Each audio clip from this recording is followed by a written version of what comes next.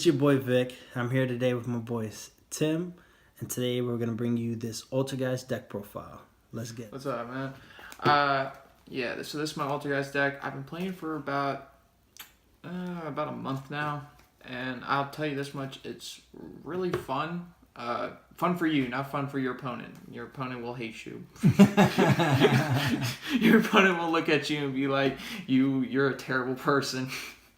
But it's a deck that can handle in the meta. It's not too expensive of a deck, and it can deal with the meta. Like, that's the big thing. But let me start out. I'll start out with the Altergeist. Level 1, Meliseek. What's it called? She is your turn. If you're going second, this is the one you want to use most of the time. And the reason why is she has the effect where she can declare a direct attack at your opponent. And if she does battle damage to your opponent, you can target one card they control, send it to the graveyard. And then when she leaves the field, search an Altergeist monster other than herself. So she's pretty good. Like, she's the one that you really want, like, turn 2. Like, if you're going second, she's the one you really want. Yeah. The next one is probably the least cared about, but you have to play it, and that is Siliquist. And don't correct me on that. I know I'm probably saying the name wrong. Basically, Kieran. This is what she is. She's Kieran. So during the player's turn, she has a quick effect. You can target a card. Target an Altergeist card other than herself, and a card your opponent controls, bounce it back to the hand. What's it called? She's really good. And then when she leaves the field, add an Altergeist trap card from your graveyard back to your hand. If you do a link summon with these two, it's just like a plus for you, because you add a monster and then you're going to add a trap card from your graveyard, especially with the Call the Haunted card that they have. The Manifestation, right? Manifestation, yeah. I'll get to that in a second. Now, the most important monster in the deck that made this deck meta relevant, and that is Multi-Faker. Multi-Faker, when this card came out, made the deck so much better and just made the deck actually playable.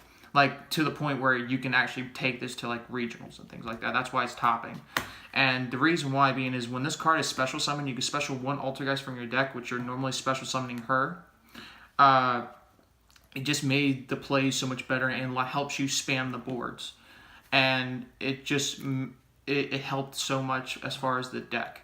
And also, so the exact effect of hers is basically when you activate a trap card, you can special summon her from your hand, and then when she's special summoned, special an Altergeist from your deck. And primarily you're special summoning her, and then during your turn you're probably special summoning Meliseek in defense position, just to clarify. And also, for the rest of the turn, you can only summon Altergeist monsters. Which that deck primarily does a lot. Yeah, you primarily only summon the Altergeist monsters, but you can summon other Link monsters. But you're primarily going to stick with your Altergeist monsters. I almost never go into other Link monsters. And then the last Altergeist monster, probably just as important as Multi-Faker, is Marionetter. Basically, the thing with Marionetter is when she's normal summoned, you set an Altergeist trap card directly from your deck. And basically that stops you from getting ashed, which is a big deal. Like, any card that gets around Ash is a really good card. And then her other effect is you can target a Altergeist card and an Altergeist monster in your graveyard, destroy the card, and special summon that Altergeist monster you target in your graveyard to the field. So you can, like, destroy yourself and special summon Meliseek and then link summon, and then you get to add a card off of Meliseek's effect. So, like, that's just like one of the combos. And like I said, you play 3 of every monster except Siliquist, because you don't really want to draw her. You want to special summon her from the deck. That's the reason why. Yeah, but that's all the Altergeist monsters. I do not play the level 5. I know some people play it at 1. Honestly, I don't really care for the card. And to be honest with you, I have other ways of stopping my opponent from attacking me. And I'll show you that in a second. Hand traps, I play 1 Ash Blossom because I only have 1.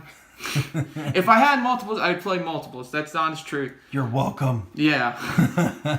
And my replacement for Ash Blossom right now is Ghost Ogre. Ghost Ogre is still good. I mean, it's not the best hand trap in the game, but it's still a good card. 2 Ghost Reaper Winter Cherries. I was side decking this, and I do know some Altergeist players who do side deck this card. It's an optional thing. But in my honest opinion, if you're going second, which this is like a go first deck in all honesty, but if you're going second, this card is really good because it stops so many plays for your opponent. Like, if you're playing against Spiral or Goki or any of those kind of things and you have the extra deck monsters, this card just can literally shut down those plays. It just really hurts the decks. And then the last hand trap I'm playing is 2 Draw and Lock Birds. I've been telling people that this card right here is probably better than Ash Blossom, and that's the honest truth. That is. It just shuts your opponent's plays down because all the decks right now in the meta, they all add cards from their deck to their hand. It's more affordable too. Yeah, and it's more affordable. It's only like $20 right now. I looked it up. Ash Blossom is like $60. So you can do the math right there, how much money you're saving.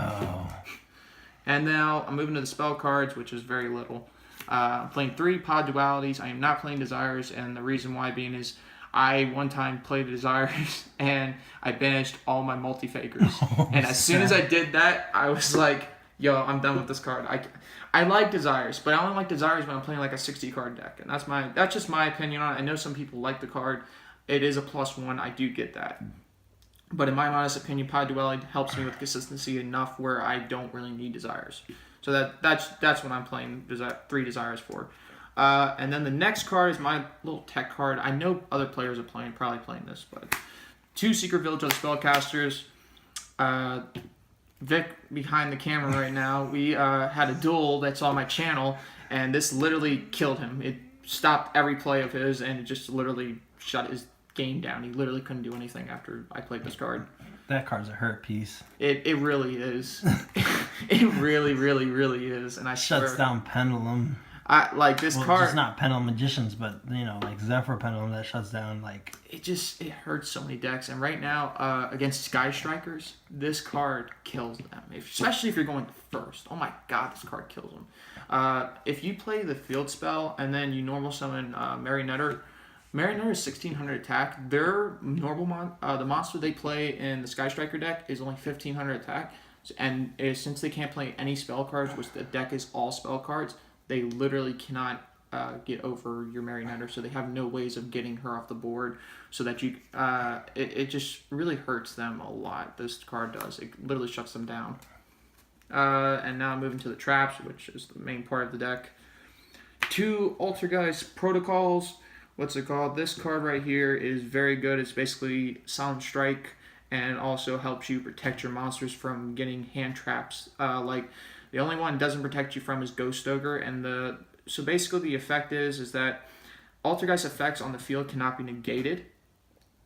And whenever your opponent activates a monster effect, you can send 1 Altergeist card you control other than Protocol and negate it by sending it to the graveyard. So like if you have this on the field and you have Marionetter on the field, and your opponent activates a monster effect, send the Marionetter to the grave, and then you negate it and destroy it. So it's basically like Solemn Strike. It really does work very well in the deck. And last Altergeist trap I play is 1 Manifestation. I was playing this at 2, but I decided to cut it because this deck has so much recyclability, to add cards back to your hand. But basically what Manifestation does is when this card is activated, you target an Altergeist card in your graveyard, special summon, so basically call upon it. And then it does have a graveyard effect where you can banish it to target another Altergeist trap card in your graveyard and add it back to hand, which you pretty much will never do, I can almost guarantee. Because the level 2, she adds the trap cards back to your hand when she leaves the field, so you already have ways of recycling the traps. So that's why I play it at 1. And then the other traps I play, 3 Personal Spoofing. I know this is technically an Altergeist trap, but you cannot search it off of Marinetter's effect, so I don't consider it an Altergeist trap. I have a love-hate relationship with this card, and the reason why being is this card has such a good effect, but it has a terrible cost. And basically what I mean by that is when this card, once per turn, you can activate the effect to shuffle an Altergeist monster from your Altergeist card, from your field or in your hand back into the deck to add an Altergeist monster from your deck to your hand. The problem is that since this is not an Altergeist card, you can't search it off of Marionetter's effect. And also, it shuffles back as cost. So if your opponent has Ghost Ogre and this card's already on the field, and you activate the effect and you shuffle a card, no matter if it's on your field or in your hand, back into the deck, and your opponent changes Ghost Ogre, not only you don't get the search, but you also lose that card you shuffle back into the deck. So you basically just -2 there. But you have to play it because it is the consistency card. It helps with fixing your hand and things like that. 3 impermanents, infinite impermanents. I don't own evenly matches. I would only be playing 2 if I own evenly matches. But this card is really good opening your hand. If you open this in multi-faker, you're really, like, you're pretty much set. You're good. You're good to go, and you're probably going to, I don't want to say win, but you're going to start off very strong.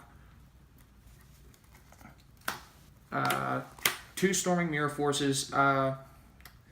Vic even said, he says, you're probably the only dude I know who plays Mirror Forces still. And that's the reason why I play them. It's because no one's expecting them. That card is annoying, though. Like no joke. Like, it's a non-target. When your opponent declares an attack, it's a non-target. Bounce all their cards, all their attack position monsters back to their hand. And most of the time, in this meta too, especially, everything they have is usually from the extra deck. So that they just lose that stuff. So, to be honest with you, since no one's expecting it, I'm playing 2 of it. 2 anti-spell fragrances. Even though I'm playing the Secret Vigil of the Spellcasters, this deck is very focused on shutting down my opponent's spell cards. And what's it called? I wanted to make sure that turn 1, I always have at least one of those kind of like spell-stopping cards in my hand. Like, either I want the Secret Village or I want the anti-spell fragrance. Give me one of them. Yeah, that is really good, though. It is really good. Like, the one time I flipped this against one of my friends, I played Secret Village with Spellcasters, and I was like, pass turn, and then I was like, on your standby phase, flip up anti-spell fragrance. Oh, that's mean. He scooped right there, because he was like, not only can I not activate spell cards, but then even if I figure a way to get this off the field, I still have to set my spell cards before I can even activate them. So, it's just a really strong card. That is, though. 2 Rivalry of Warlords. I was playing Torrential Tribute, but since I'm playing this now, the reason why being is because everybody's playing the Nightmare cards, and they're all all the Nightmares are fiends. I'm pretty sure. From what I've seen, they're all fiends. Yes, they're all fiends. I just want to double check that.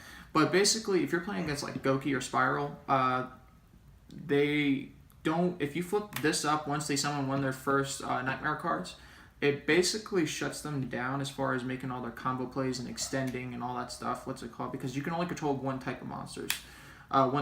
So I play all the Altergeist are spellcasters. So with this card, it just works really well. That is true. The next one I'm playing 2 Solemn Strikes. It's just good to be able to stop hand traps and things like that. If I don't have the protocol, like, I don't want my opponent like ashing and stuff like that. It's not really to stop summons. It's really, I like playing strike because I like to be able to stop hand traps and things like that. Yeah. That's why I was playing Warning and 1 Judgment, but to be honest with you, I was like, you know what? I'm just gonna switch to 2 strikes just because this card is just really good to stop hand traps.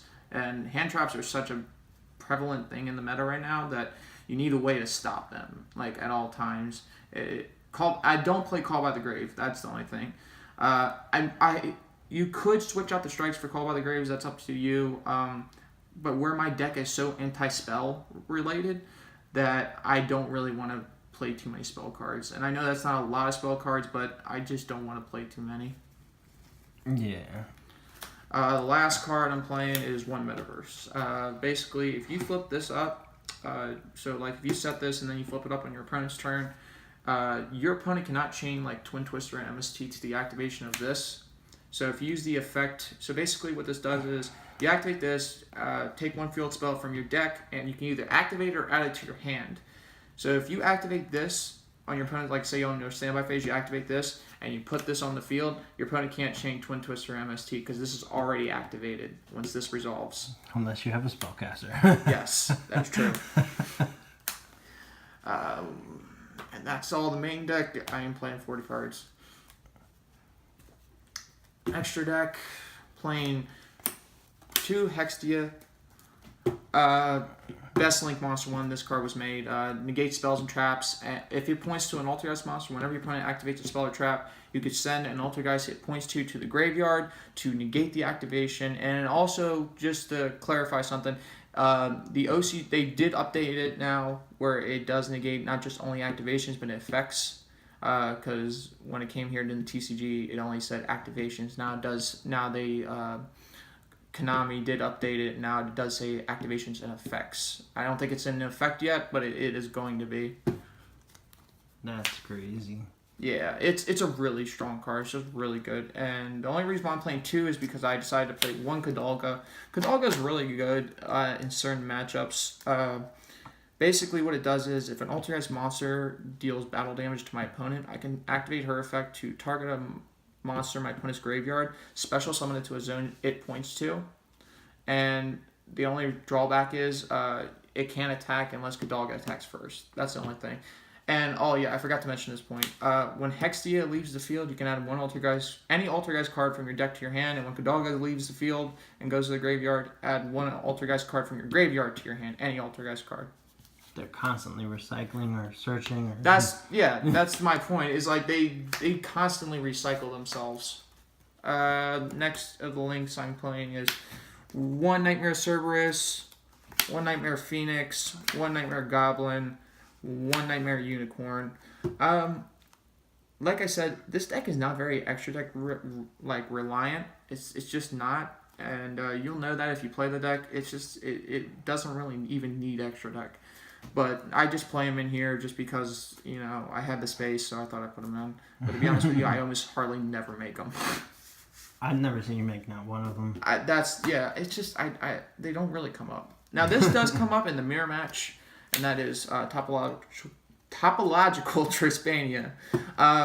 This card actually does come up a lot in the mirror match. If you make this in the mirror match and your opponent went first, this is really good. Now, I'm not saying it's easy to make, but if you can make it.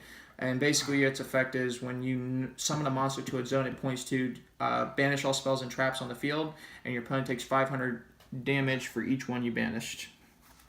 Last phase. I know. It's really good with the new last phase thing. 1 Borlo Dragon, 1 Firewall Dragon. This is my Cherry's target for Goki right now. I would be playing the Noble Knight chick, but I don't have her. And if I could get her, I would switch out Firewall for her. Borlo is just in here because I had the space. That's the best way I can describe it. Yeah. 1 Nightmare Mermaid, just in case I get Ibleed. But like I said, extra deck's not really that prevalent, but it's just in here because I had the space. 1 Spiral Double Helix, Cherry's target. 1 Sky Striker, I don't know, I can't pronounce her name. The Fire one and the Sky Striker Water one. What's it called? Sky Strikers are so prevalent right now, where they are the best deck in the meta right now. That I just want to have multiple ways of stopping them, not just with the stopping their spells. I also want to get rid of their extra deck if I can. Not if you Danko them. Yeah, that's true. He's saying that Danko is a very good card, and I agree. What's it called? If you can get it out on the field. And and then I'm playing 1 ABC Buster Dragon. I am going to be taking this out once I get a Link Rebo. The only reason why I didn't see Link Rebo because I don't own a Link Rebo. Once I get a Link Rebo, this is coming up for that. But yeah. And then I'll show you my side deck. I'm playing 2 Ghost Bells. You can stop Call the Haunted, Soul Charge, the Goki rematch. You can stop that. It does stop a lot of cards. But I just I don't think it's worth main decking, but it is worth side decking against certain decks. My 3rd Ghost Reaper. If I'm going second, this is when I sided in the 3rd one, and then 3 Firecracker. With the new time rolls, you have to side deck this card now, pretty much. I have a whole crap load of that card. Yeah, it's not I'm not a big fan of the new time rolls, but you have to side deck these things now. 2 Shared Rides. I just got these today. You're welcome. I just got these today, but I really wanted to side deck these because they are very good against the meta right now, because where your opponent adds so many cards from their deck to their hand, if you flip this up the first time they start adding cards, you literally are just going to start drawing cards. And this is the closest thing we have to Max C right now. Activated against Gokis. I know, seriously, they literally just shut down at that point. 2 Unending Nightmares. This is pretty good against Sky Strikers right now. You can get rid of the back row, because the one resets all the back row they had. And also, it's good against certain decks like Spirals. It's good against them. To pop their field spell, pop their equip cards, stuff like that. And to be honest with you, if I ever do find something better to side in for this, like take out this and put something else in, I probably will. But for right now, it's pretty good, and it does come up sometimes to get rid of certain cards that my opponents play. 2, Waking of the Dragon. To be honest with you, this card right here is literally stopping my opponents from popping my back row right now. They're so scared of this card that it's just ridiculous. There was a funny conversation about that card earlier. I know, like seriously, like if you look at people's like decks nowadays, no one's really playing like Cosmic Cyclone, Twin Twister, MST, any of those kind of cards. The only deck I can really think of is like Sky Strikers because they can't deal with anti-spell if they don't play the back row popping. But like your opponents, nobody's really playing those cards because of the fact being of this card. Because nobody wants to deal with the fact that if they pop this thing, you literally get to special summon any monster from your extra or your main deck. You choose. And to be honest with you, like that's really, really good. That is true. And even if they cosmic it just has to leave the field by an opponent's card effect. That's really, really strong. It doesn't say destroyed. No, it just says if this card is sent to in its owner's control, has left the field because of an opponent's card effect. So even Cosmic Cyclone can't stop you from getting this effect. The only card that can stop it from getting its effect is Ash Blossom. And 3 wiretaps. And the reason why I'm not playing Red Reboot is because Red Reboot, I've been telling people for the last 2 weeks, because I've been noticing with that card, when it gets played on me, you better win that turn. I'm just going to put it that way. Like, if you play Red Reboot against my Altergeist deck, you better win that turn, because if you don't, I'm going to win, and I can almost guarantee it. It's because you're negating my trap card, and then also on top of that, I get to set one from my deck directly to my field. Now, don't get me wrong, I'm not saying Red Reboot's a bad card, but I'm just saying if you're playing that card, you better be playing a deck that can win in one turn. Like, you better be able to get 8,000 points of damage that turn, because if you don't, I'm pretty much going to win. True. So I decided to take out Red Reboot, and I'm deciding the wiretaps, which these are very good in the mirror match and any deck that might play some trap cards or something like that. It's also, you can deal with Red Reboot with this card if you don't want to be Red Rebooted. This is another good card to stop that. But yeah, that's my deck profile. Thanks to Vic for letting me show this off. I really do enjoy this deck. It's a really fun deck. I'm probably going to be taking it to regionals at some point. Once I get the evening matches and the Link Rebo, what's it called? And just if you guys want to know what I'll be cutting for the evening matches is one of the Impertinences and one of the Ghost Ogres. And then the other Ghost Ogre, I'm going to cut that for another Ash Blossom once I get that. But yeah, that's my deck. Thanks again to Vic for letting me do this deck profile. If you guys want to see my channel, what's it called? I'm hoping that Vic puts a link in the description. I will. Again. But my channel's name is TLS94. I just changed it today, the name of it. You can see a match that me and Vic did. It was Altergeist versus Zephyra. Yeah, but thanks, Vic. No problem. You guys seen the deck profile. I'm going to leave his link in the description below as soon as I'm done editing this video. Anyways, guys, till next time, peace.